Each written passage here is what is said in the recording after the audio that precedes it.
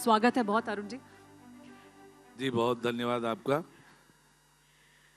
TV 9 Bharatvarsh के पूरी team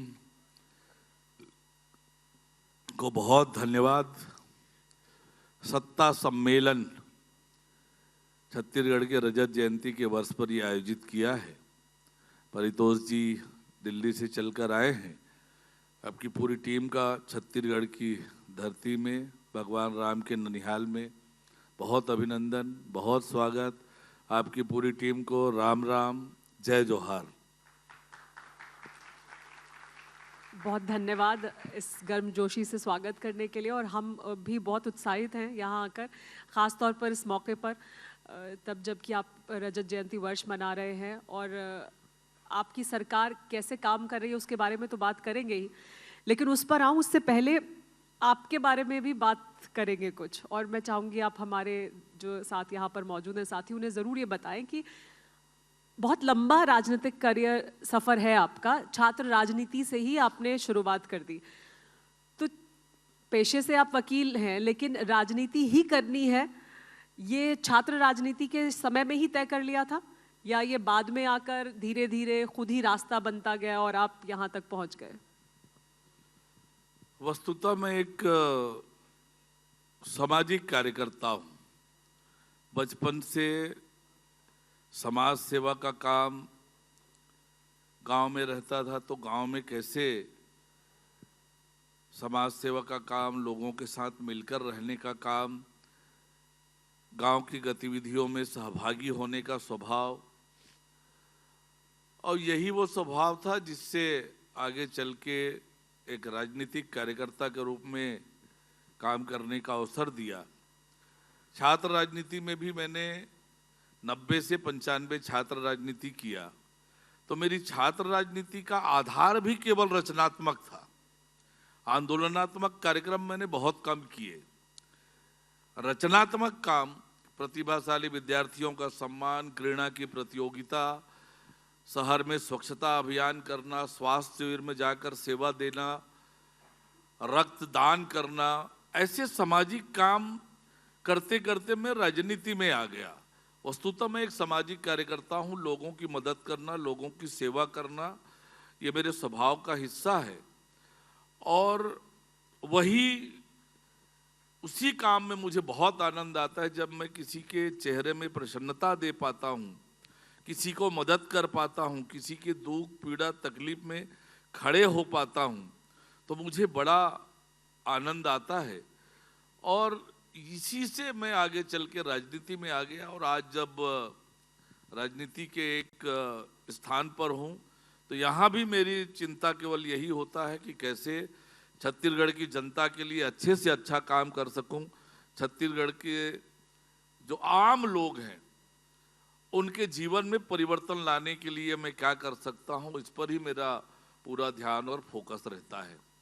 आपने कहा कि आंदोलन, क्योंकि आमतौर पर छात्र राजनीति में लोग आंदोलन का रास्ता ज़्यादा चुनते हैं और वो लोगों को बहुत आकर्षित भी करता है, लेकिन रचनात्मक राजनीति आपने की। परिवार आपका संघ से जुड़ा रहा है, तो वो भी एक अहम प्रभाव था क्या? और हाँ। पिताजी क्योंकि संघ से जुड़े थे, क्या वो एक अहम प्रभाव था या खुद आप छात्र राजनीति से प्रभावित हुए फिर आए? विचार और संस्कार तो संघ की पृष्ठभूमि के होने के कारण पिताजी जनसंघ और भाजपा के नेता रहे हैं, तो पारिवारिक रूप से संघ का विचार मिला। संघ की शाखाओं में जाना, उनकी गतिविधियों में हिस्सा लेना, इसने मेरी विचार को, मेरी सोच को, मेरे संस्कार को सुदृढ़ किया। और ये मेरे लिए गौरव का विषय है कि संघ जैसी संस्था से जुड़कर एक अच्छा संस्कार देश और समाज के लिए वहाँ से मिला, और उन्हीं संस्कारों के बल पर आज मैं काम करते करते इस स्थान पर पहुँचा हूँ कि कैसे छत्तीसगढ़ जो भोले भाले लोग हैं, सीधे साधे लोग हैं, और आज उनको जो आवश्यकताएं हैं कैसे उन आवश्यकताओं की पूर्ति की जाए, इसी पर ही सारा ध्यान रहता है। तो निश्चित रूप से पिताजी के संस्कार, उनके विचारों से प्रेरणा लेकर राजनीति में काम करना प्रारंभ किया। और आज भी उसी संस्कार को लेकर चल रहा हूं। लेकिन जिस तरह की आपकी राजनीति रही है उसका असर आपके काम पर भी फिर दिखाई देता है क्या? क्योंकि आपके पास कई जिम्मेदारियां हैं, जिसमें खेल मंत्रालय भी है, युवा प्रदेश है छत्तीसगढ़, युवाओं की बड़ी संख्या है, और आपको ये जिम्मेदारी मिलने के बाद आपने कई बड़े बदलाव भी किए हैं। स्टेडियम को बीसीसीआई को स्थानांतरित कराना हो, या तो आपको क्या लगता है इसमें और क्या कुछ किया जा सकता है, और उस दिशा में आप अपने तौर पर क्या योगदान कर रहे हैं ताकि युवाओं को आप प्रेरित कर सकें खेलों के लिए, खेल के प्रति छत्तीसगढ़ को और पॉजिटिव दिखाया जा सके? छत्तीसगढ़ के युवाओं में प्रतिभा की कमी नहीं है। छत्तीसगढ़ के युवा मेहनती हैं और लगातार मेहनत करने का स्वभाव है। खेतों में काम करते हैं, पारिवारिक रूप से, सांस्कृतिक रूप से, शारीरिक रूप से तंदुरुस्त हैं, और खेलने का वातावरण और स्वभाव भी न केवल शहर में, गांव में भी लगातार खेलने का स्वभाव रहा है, और इसलिए खेल प्रतिभाओं की छत्तीसगढ़ में कमी नहीं है। पिछले कुछ वर्षों में खेल के संसाधन भी बढ़े हैं छत्तीसगढ़ में। आज आवश्यकता केवल खेल खिलाड़ियों को अच्छे से प्रशिक्षित करना, उनको एक प्लेटफॉर्म उपलब्ध कराना, उनकी प्रतिभा को दिखाने के लिए, ये आज के समय की आवश्यकता है। हमारे पास अंतर्राष्ट्रीय स्तर के हॉकी स्टेडियम है, क्रिकेट स्टेडियम है, फुटबॉल के ग्राउंड है, अन्य खेलों के भी अच्छी ग्राउंड से हमारे पास सुविधाएं हैं, और टैलेंट भी है उस अनुरूप। उनको व्यवस्थित स्वरूप देने का, स्ट्रक्चरल रूप में काम करने का, ताकि उनकी प्रतिभा निखर कर आए, राष्ट्रीय अंतर्राष्ट्रीय स्तर पर अपनी पहचान बना सके। बस्तर ओलंपिक का आयोजन इसी का एक और माध्यम बना है। हम सरगुजा ओलंपिक करने वाले हैं, और इस साल छत्तीसगढ़ में खेलो इंडिया का ट्राइबल गेम्स भी यहाँ छत्तीसगढ़ में प्रस्तावित है। तो ये हमारे खेल प्रतिभाओं को आगे बढ़ाने का काम करेगा। तो निश्चित रूप से खेल में बहुत क्षमता है और काम करने की भी बहुत गुंजाइश है। मैं कोशिश कर रहा हूँ उन सबको इकट्ठा करके समन्वित रूप से खेल और खिलाड़ियों की तरक्की के लिए काम हो। आप कितनी तेजी से काम कर रहे हैं वो तो दिख रहा है, क्योंकि आपको 3 महीने पहले ही जिम्मेदारी मिली और आप बैक टू बैक 2 अंतर्राष्ट्रीय मैच ले आए। बीसीसीआई को आपने जो स्टेडियम है वो भी ट्रांसफर करा दिया, तो आप काम तो बहुत तेजी से कर रहे हैं। तो देखिए, अभी फौरन ही खेल मंत्री बनते ही 2 मैच अंतर्राष्ट्रीय आ गए रायपुर में।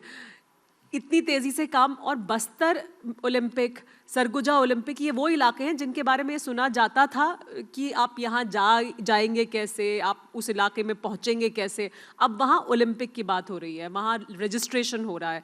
ये बदलाव कैसे आया है और इसके लिए क्या रोड मैप है आगे? हमारी सरकार बनने के बाद बस्तर और सरगुजा, 2003 में हमारी सरकार बनी, तब सरगुजा में भी नक्सलवाद था। सरगुजा से नक्सलवाद पूरी तरह से समाप्त किया हमारी सरकार ने। 2018 तक हमारी सरकार थी, बहुत थोड़े से हिस्से में नक्सलवाद बचा था। कांग्रेस की सरकार बनी, उसका फिर से विस्तार हुआ। फिर 2023 में हमारी सरकार बनी, और पूरी ताकत से बस्तर को भी नक्सल मुक्त बनाने का अभियान चल रहा है। और पिछले 20-21 महीनों में जो उपलब्धि हासिल हुई है नक्सल उन्मूलन के दिशा में, वो पूरा देश देख रहा है कि कैसे लगातार इनामी नक्सली सरेंडर कर रहे हैं, गिरफ्तार हो रहे हैं, मुख्य धारा में जुड़ रहे हैं।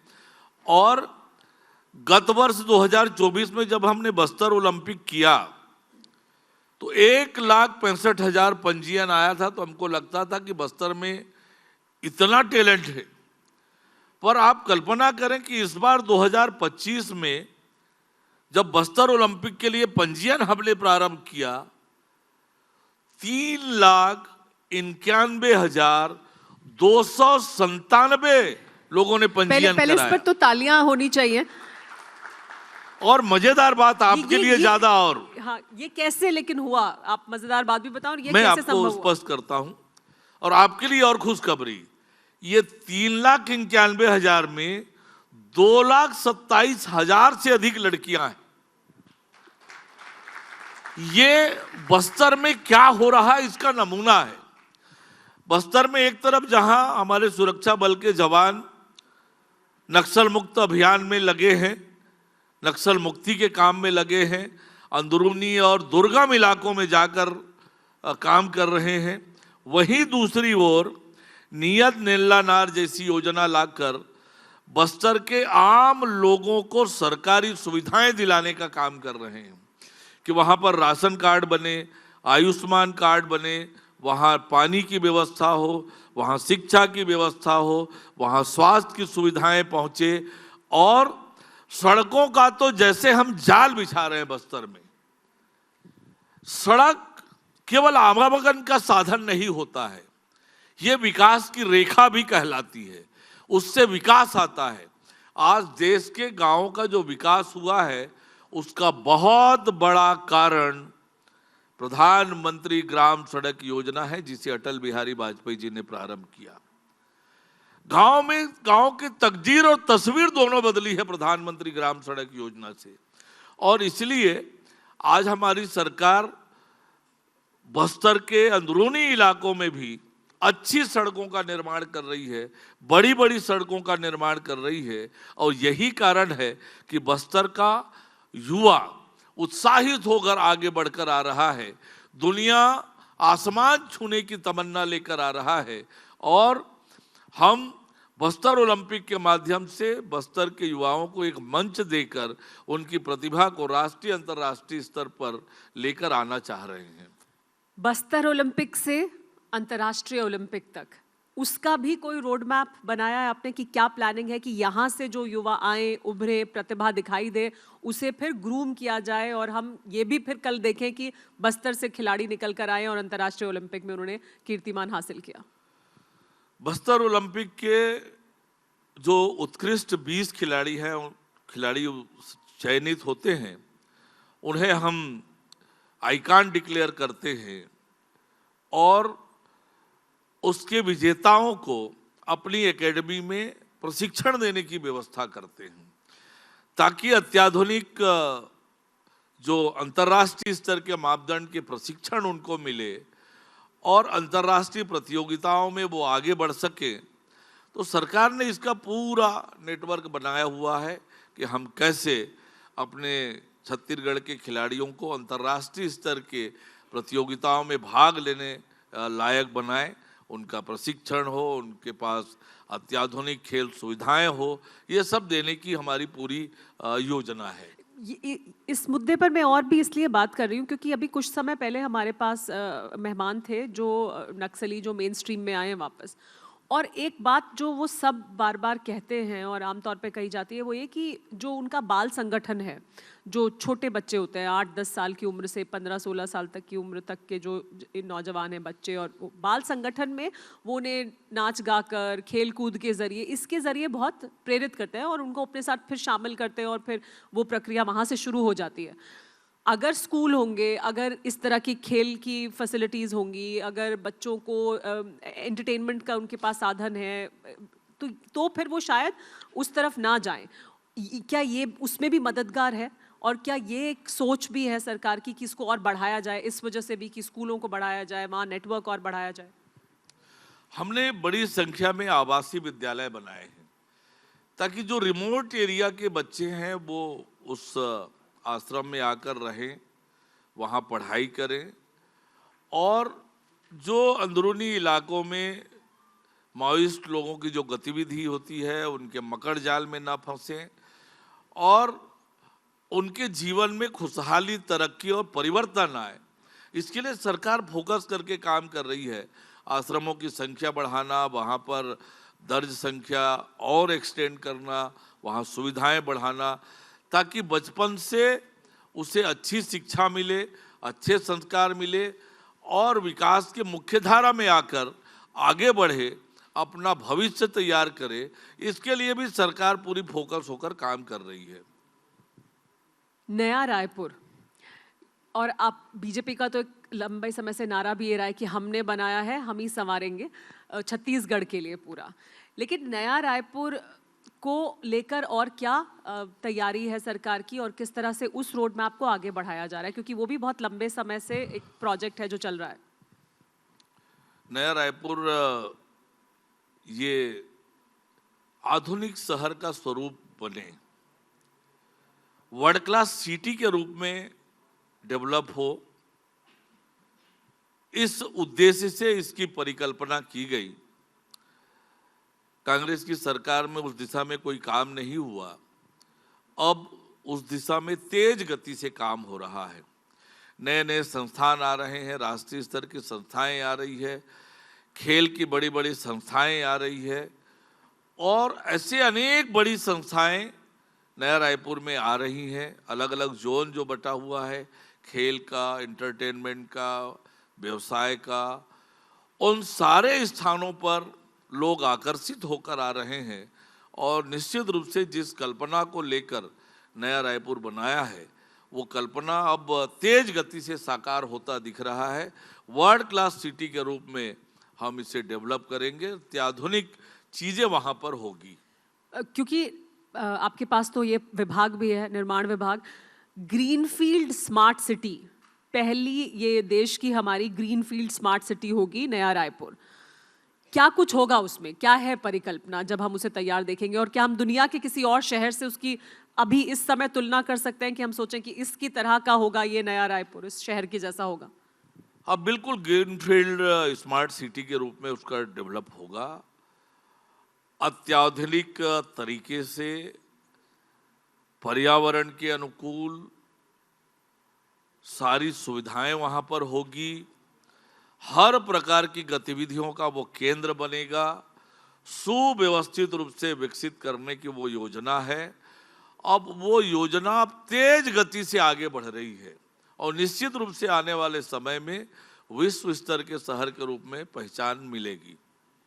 आमतौर पे छत्तीसगढ़ की जब बात होती है तो नक्सलवाद की बात करते हैं लोग, या विकास नहीं हुआ इसकी बात होती है। ये चर्चा में नहीं उतना आता है कि ये हैवी इंडस्ट्रीज़ की स्टेट भी है, ये माइनिंग रिच स्टेट भी है, भिलाई है, यहाँ पर स्टील इंडस्ट्री है, माइनिंग इंडस्ट्री है। बाकी राज्यों में पलायन की भी एक बड़ी समस्या है। आपके यहाँ ऐसा नहीं है, पलायन नहीं है, लेकिन उसके बावजूद रोजगार पैदा करने की चुनौती है। इतना सब होने के बावजूद उन चुनौतियों से कैसे निपटने की तैयारी है कि युवाओं को रोजगार और मिले और नए क्षेत्र भी आए? ये सही है। देखिए, हमारा छत्तीसगढ़ बहुत प्राचीन समय से छत्तीसगढ़ का उल्लेख हर काल में किसी न किसी रूप में मिलता है। छत्तीसगढ़ में बड़े बड़े संत महात्मा हुए, जिनकी जन्मभूमि कर्मभूमि छत्तीसगढ़ हुई, और प्रकृति की असीम कृपा छत्तीसगढ़ पर है। बड़ी बड़ी नदियां हैं, 44% हिस्सा वनों से आच्छादित है, कोयले से लेकर हीरे तक का भंडार है। और सबसे बड़ी ताकत छत्तीसगढ़ की है यहाँ के सीधे साधे भोले भाले ईमानदार और मेहनती लोग। इनके बदौलत छत्तीसगढ़ देश का अग्रणी राज्य बन सकता है। हमारे सामने एक बड़ी चुनौती जो थी कि हमारे यहाँ फॉरेस्ट इन्वेस्टमेंट की कमी है और यहाँ की खनिजों का दोहन करके यही विनिर्माण के कारखाने लगे ताकि हमारे युवाओं को नौकरी मिल सके, रोजगार मिल सके, या वो स्वयं का अपना रोजगार स्थापित कर सके। हमने अपनी नई रोजगार नीति जो बनाई है, नई रोजगार नीति में हमने उन इकाइयों को राज्य सरकार के अनुदान और सुविधा देने का आधार amount of quantum of investment को नहीं बनाया, बल्कि क्वांटम ऑफ एम्प्लॉयमेंट को बनाया है कि आप कितने हमारे लोगों को रोजगार दोगे, उस आधार पर हम आपको सुविधाएं देंगे। तो एक तो इससे रोजगार जनरेट होगा, स्किल डेवलपमेंट का काम, और अलग अलग कंपनियों से हमारी MOU हुई है, जिसके माध्यम से छत्तीसगढ़ के नौजवानों को प्रशिक्षित करने का, ट्रेंड मैन पावर तैयार करने का, ताकि न केवल वो अपना स्वयं का रोजगार कर लें या नौकरी करना चाहें तो नौकरी भी करें। युवाओं को लेकर लगातार हम काम कर रहे हैं कि युवा हमारे आत्मनिर्भर बने, सक्षम बने और छत्तीसगढ़ के विकास में योगदान करें। इसके लिए एक कॉम्प्रिहेंसिव योजना सरकार ने बनाई है और उस पर तेज गति से काम हो रहा है। क्योंकि खनिज आधारित है अर्थव्यवस्था छत्तीसगढ़ की और उसमें वृद्धि हुई है, लगातार वृद्धि हो रही है। उसके बावजूद केंद्र सरकार का जो योगदान है वो भी एक बड़ा हिस्सा है। तो क्या योजना है कि आप जो केंद्र पर निर्भरता है उसको कम करें और जो खनिज आपकी ताकत है उसको आप और बढ़ाएं और उसमें तेज गति से आगे बढ़ें ताकि वो स्टेट में रिफ्लेक्ट करे, आपकी इकोनॉमी में रिफ्लेक्ट करे? वो कैसे आप करेंगे? हाँ, निश्चित रूप से छत्तीसगढ़ के खनिज संसाधनों का समुचित उपयोग हो, राज्य के हित में उपयोग हो, इसको लेकर सरकार गंभीर है और पूरी गंभीरता से कि पर्यावरण को ध्यान में रखते हुए, क्षेत्र के विकास को ध्यान में रखते हुए, छत्तीसगढ़ के भविष्य को ध्यान में रखते हुए कैसे हम राजस्व में वृद्धि कर सकते हैं, कैसे खनिजों का समन्वित रूप से दोहन करके उसका लाभ छत्तीसगढ़ के विकास में मिले, इसको लेकर एक वृहद कार्य योजना बनी है और उसी योजना पर काम कर रहे हैं।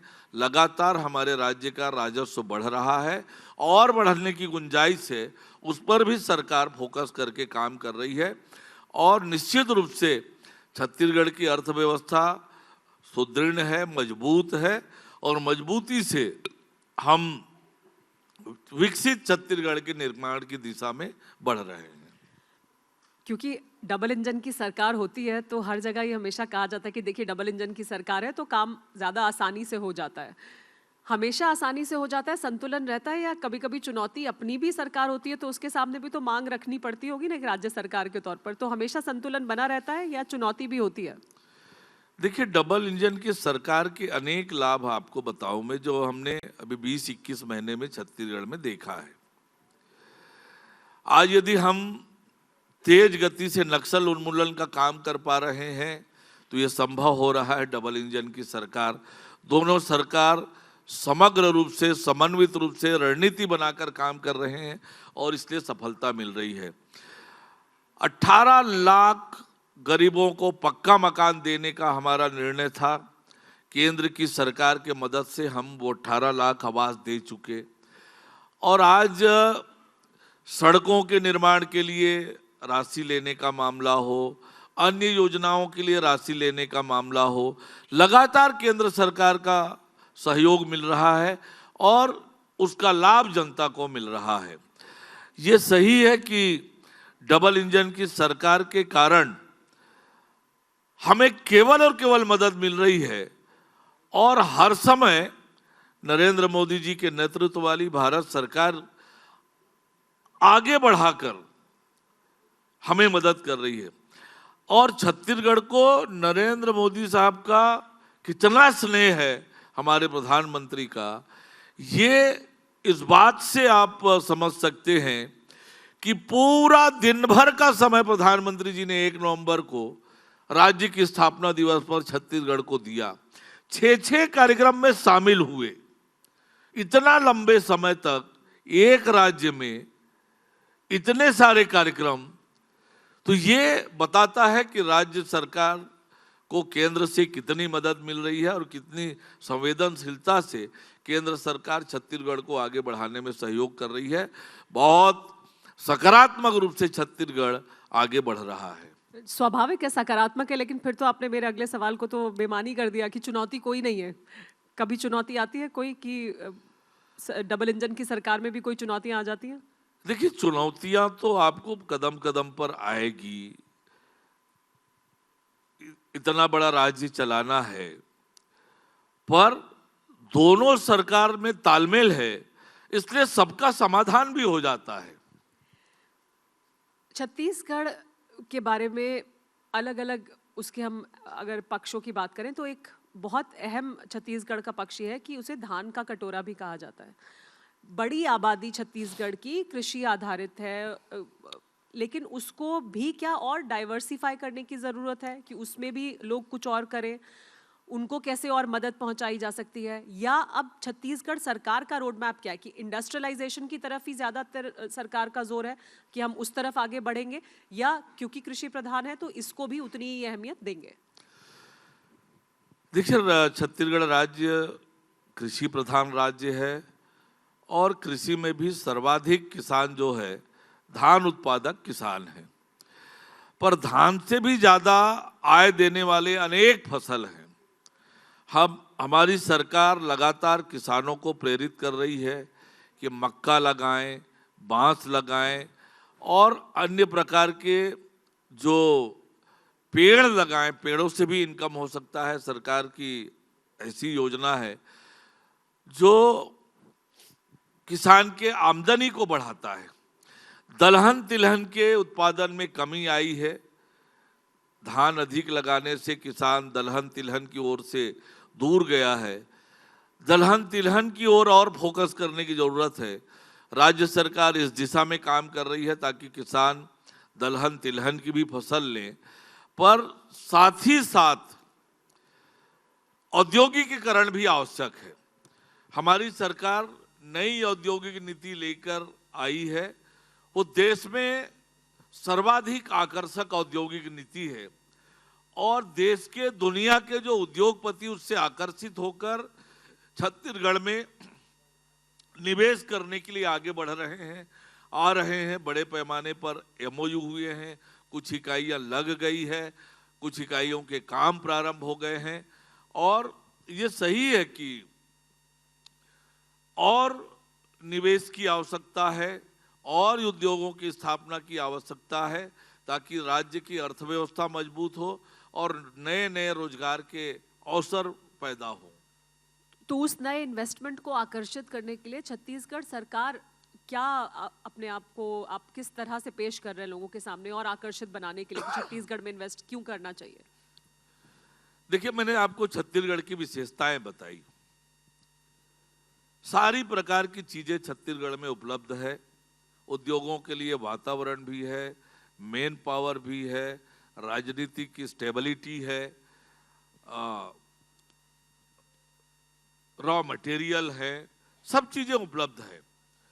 और ये उपलब्ध होने के कारण और हमारी औद्योगिक नीति में हमने जिस प्रकार की योजनाएं बनाई है, संपूर्ण छत्तीसगढ़ में उद्योग लगे, केवल कुछ एक क्षेत्र तक ही सीमित ना हो जाए उद्योग, ऐसी औद्योगिक नीति बनाई है तो सुदूर जिलों में भी छोटे स्थानों पर भी उद्योग लगे, इसके लिए हमारी योजना बनी है।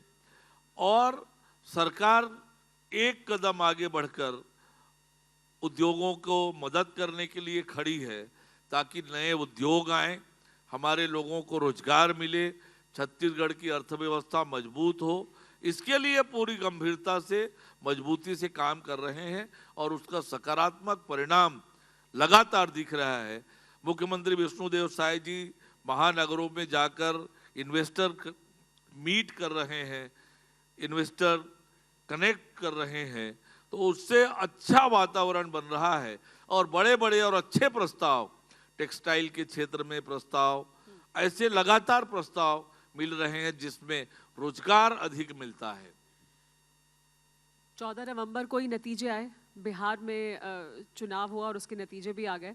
बिहार में चुनाव से पहले एसआईआर की प्रक्रिया हुई थी और उसको एक बड़ा मुद्दा विपक्ष ने बनाया, कांग्रेस पार्टी। अब बाकी प्रदेशों में भी अब जो सेकंड पार्ट 2 है एसआईआर का वो शुरू हुआ है, जिसमें छत्तीसगढ़ भी है, छत्तीसगढ़ में भी एसआईआर हो रहा है और उसको लेकर यहाँ पर भी कांग्रेस पार्टी की तरफ से वही आरोप लगाए जा रहे हैं कि देखिए बहुत तेजी में हड़बड़ी में किया जा रहा है, आदिवासी इलाकों में बहुत चुनौतियां हैं, वहां पर भी बहुत जल्दबाजी में किया जा रहा है और यहाँ पर भी वोट चोरी होगी।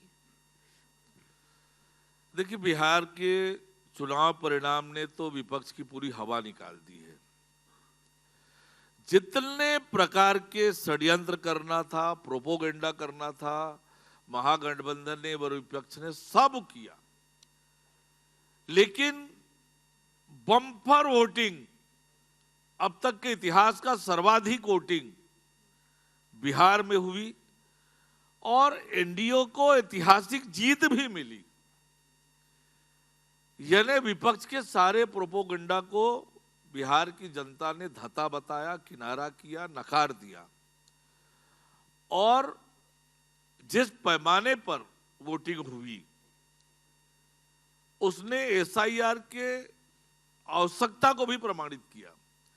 और ये एसआईआर हल्ला करते हैं, क्या पहले एसआईआर नहीं हुआ है, पहली बार हो रहा है? इनकी सरकारों के समय नहीं हुआ क्या एसआईआर? एसआईआर जरूरी क्यों है? जब आप मतदाता सूची बनाते हैं तो जो पात्र व्यक्ति है वो वोटर बने, अपात्र व्यक्ति उससे बाहर चला जाए, ये तो होना ही चाहिए। कोई अपात्र व्यक्ति है, मतदाता बनने के काबिल नहीं है, वो मतदाता बनकर वोट करे, ये तो लोकतंत्र के लिए उचित है नहीं। और इसलिए ये लोकतंत्र को मजबूत करने का ही काम है एसआईआर। विपक्षी दल बिना मतलब का हल्ला कर रहे हैं। अब बिहार की जनता ने तो उनको जवाब दे दिया। लेकिन जो वो आरोप लगाते हैं वो ये कि बिहार में चुनाव से ठीक पहले किया गया तो हड़बड़ी में किया गया। मतलब करिए आप एसआईआर, लेकिन इतनी कम समय सीमा में और हड़बड़ी में क्यों किया? और छत्तीसगढ़ में भी यही आरोप लगाए गए कि ये तो जल्दीबाजी में किया जा रहा है, हड़बड़ी में किया जा रहा है। चुनाव आयोग ने 1 महीने का समय दिया है, पूरी व्यवस्थाएं पुख्ता की है चुनाव आयोग ने। और चुनाव आयोग के लोग घर घर जाकर फॉर्म दे रहे हैं, घर घर फॉर्म देकर वो जाकर इकट्ठे भी कर रहे हैं, आपको मदद कर रहे हैं। और अभी से समय कम है ये क्यों कहना? 1 महीने का समय दिया है आयोग ने। 1 महीने के बाद आप परिस्थिति का आकलन करिए, उसके बाद आप कहें कि समय और जरूरत है तो समझ में आता है। अभी शुरुआत हुई है, अब पहले से आपको लग रहा है कि समय कम है।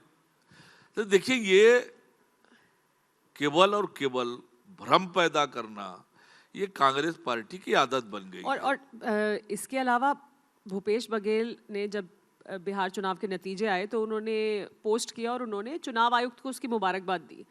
तो क्या बार बार जब विपक्ष ये हमला करता है तो वो चुनाव आयोग को सवालों के घेरे में ले आता है क्या? देखिए, किसी झूठ को बार बार झूठ बोलने से वो छस नहीं हो जाता, वो तो झूठ का झूठ ही रहेगा। जब आप असफल हो रहे हैं तब आप पहले तो शुरू में ईवीएम पर आरोप लगाया आपने, फिर चुनाव आयोग पर आरोप लगाया, अब मतदाता सूची पर प्रश्न चिन्ह खड़ा कर रहे हैं।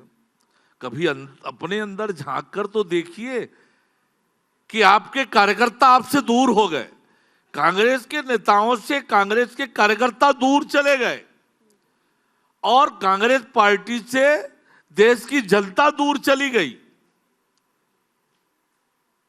अपने गिरे बां में झांकने के बजाय इलेक्शन कमीशन पर ठीकरा फोड़ना बंद करिए साहब। आत्मावलोकन करिए कि जनता क्यों दूर चली गई आपसे।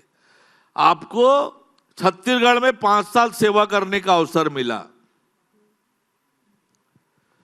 क्या किया आपने? क्यों छत्तीसगढ़ की जनता दोबारा आपको चुनती?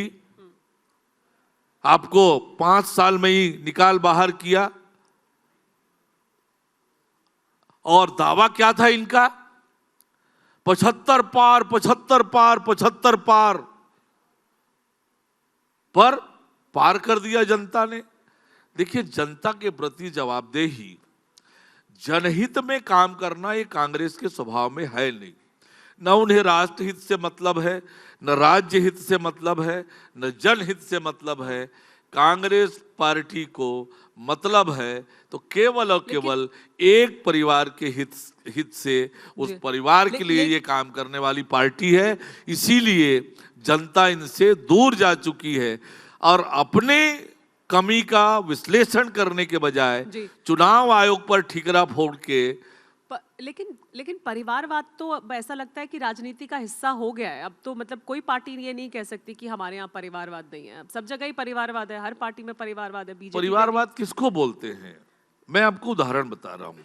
नहीं, एक ही परिवार के सदस्य राजनीति में हो, पति ना चुनाव लड़े तो पत्नी लड़े, तो बहू लड़े तो बेटी लड़े, देखिए, एक कार्यकर्ता के रूप में, एक कार्यकर्ता के रूप में आप काम करते हुए आए और राजनीति में आगे बढ़े तो वो परिवारवाद नहीं है। नीचे से आए, सीधे मेरे परिवार का है इसलिए राष्ट्रीय महासचिव, ना जिले में पदाधिकारी ना प्रदेश में पदाधिकारी, सीधे राष्ट्रीय पद पर, ये परिवारवाद है।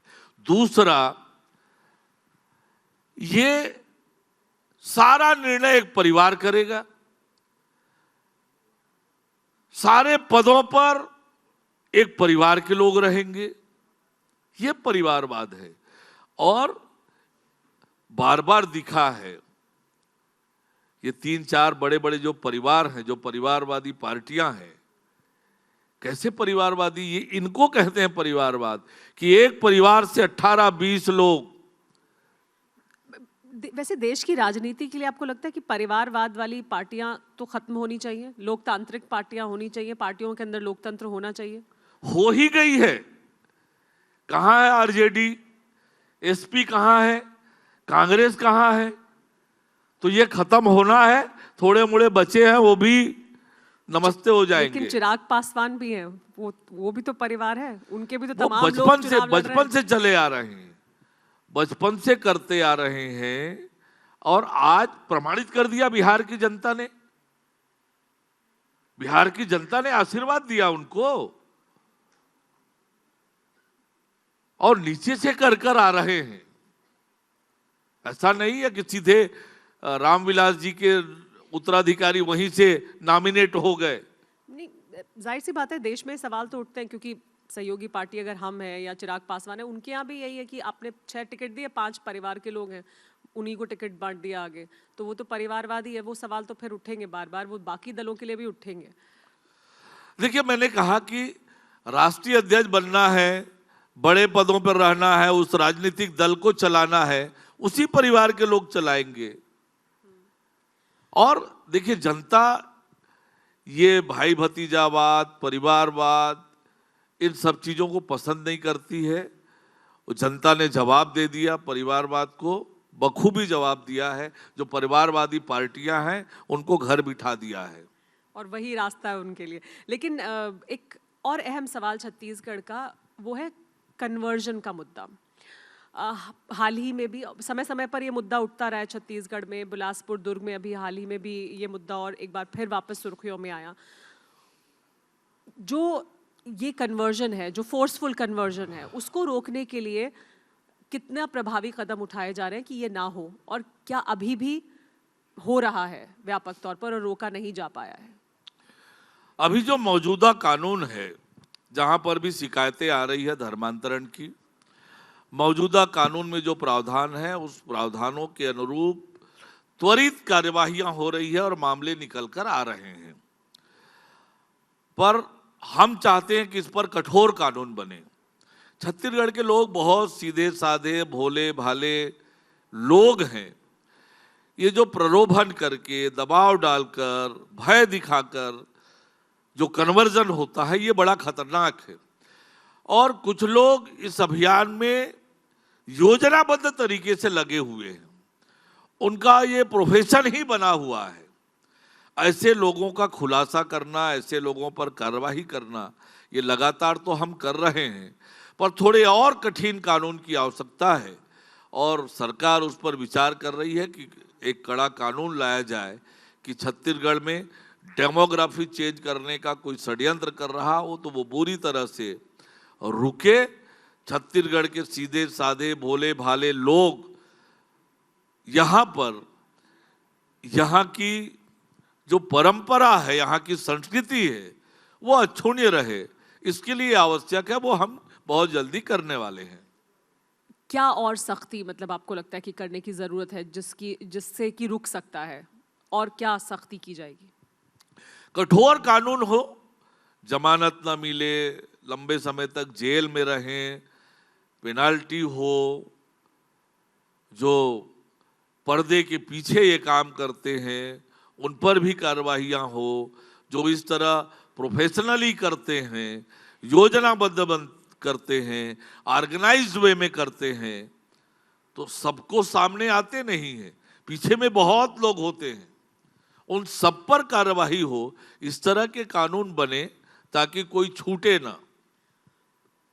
छत्तीसगढ़ के 25 साल पूरे होने के मौके पर हम भी बात कर रहे हैं और और आपका नारा भी है कि हमने बनाया है, हम ही संवारेंगे, और लंबे समय तक बीजेपी की सरकार रही भी है छत्तीसगढ़ के साथ। ये है कि भाई 15 साल पहले और अभी फिर आप हैं, तो इतने लंबे समय में अब आपको क्या लगता है कि क्या और तेजी से काम होना चाहिए था, या अभी और कितनी चुनौतियां हैं जिनको आप बहुत तेज गति से पूरा करेंगे, क्योंकि इतने लंबे समय में क्या वो उपलब्धियां हासिल हो पाई जो विजन लेकर चले थे आप? देखिए, 1/11/2000 को भारत रत्न श्रद्धेय अटल बिहारी वाजपेयी जी ने अलग छत्तीसगढ़ का राज्य का निर्माण किया। राज्य निर्माण की पृष्ठभूमि भी बहुत अद्भुत है। कोई बड़ा आंदोलन छत्तीसगढ़ और अलग राज्य के लिए नहीं हुआ, पर अटल बिहारी वाजपेयी जी कितना संवेदनशील राजनेता रहे हैं कि छत्तीसगढ़ के लोगों के जीवन में परिवर्तन आए। छत्तीसगढ़ प्राकृतिक संसाधनों से परिपूर्ण है, छत्तीसगढ़ को प्रकृति की असीम कृपा है और ये राज्य बहुत तरक्की कर सकता है, आगे बढ़ सकता है। पर छत्तीसगढ़ के लोगों के जुम्मे में क्या था? भूखमरी, अशिक्षा, गरीबी, बीमारी, इन सबसे दूर करने के बड़े सोच के साथ अटल जी ये जानते हुए कि अलग छत्तीसगढ़ राज्य बनाऊंगा, मौजूदा विधानसभा सदस्यों के आंकड़े के हिसाब से यहाँ कांग्रेस की सरकार बनेगी, फिर भी उन्होंने छत्तीसगढ़ की जनता के हित को देखते हुए अलग राज्य बनाया और आज उनके सपनों को साकार करने का समय है। जब 15 साल हमारी सरकार थी, भूख से मौतें होती थी, सरकार ने ऐसी योजना लेकर आई, सरकार ने ऐसी ऐसी योजनाएं बनाई कि आज कोई बच्चा भूखा नहीं सोता है, कोई बिना इलाज के नहीं रहता है, बिना शिक्षा के कोई नहीं रहता है। और ऐसे हर व्यक्ति के सक्षम बनाने का काम उन 15 वर्षों में हमारी सरकार ने किया। आज छत्तीसगढ़ 25 वर्ष का जवान हुआ है और अब वो सारे तैयारियां हो चुकी है कि हम अब ऊंची उड़ान के लिए तैयार हो जाएं। ऊंची उड़ान यानी विकसित छत्तीसगढ़ का निर्माण। छत्तीसगढ़ का विकसित छत्तीसगढ़ का निर्माण मतलब यहां पर शिक्षा की अच्छी और व्यवस्था हो, यहां पर निवेश अधिक आए, यहां के नौजवानों को न केवल रोजगार मिले, वो स्वयं भी उद्यम में आए और छत्तीसगढ़ को विकसित छत्तीसगढ़ बनाकर देश के अग्रणी राज्य की श्रेणी में खड़ा करें। ये हमारे छत्तीसगढ़ में क्षमता है और हमारी सरकार जिस संकल्प को लेकर हम सरकार में आए हैं, हमने बनाया है, हम ही संवारेंगे। कहते हैं कि पूत के पांव पालने में ही दिख जाते हैं। आज छत्तीसगढ़ में जो गांव और शहरों का विकास अवरुद्ध था 5 साल, आज एक एक गांव में विकास के काम हो रहे हैं, शहरों का सुव्यवस्थित विकास हो रहा है।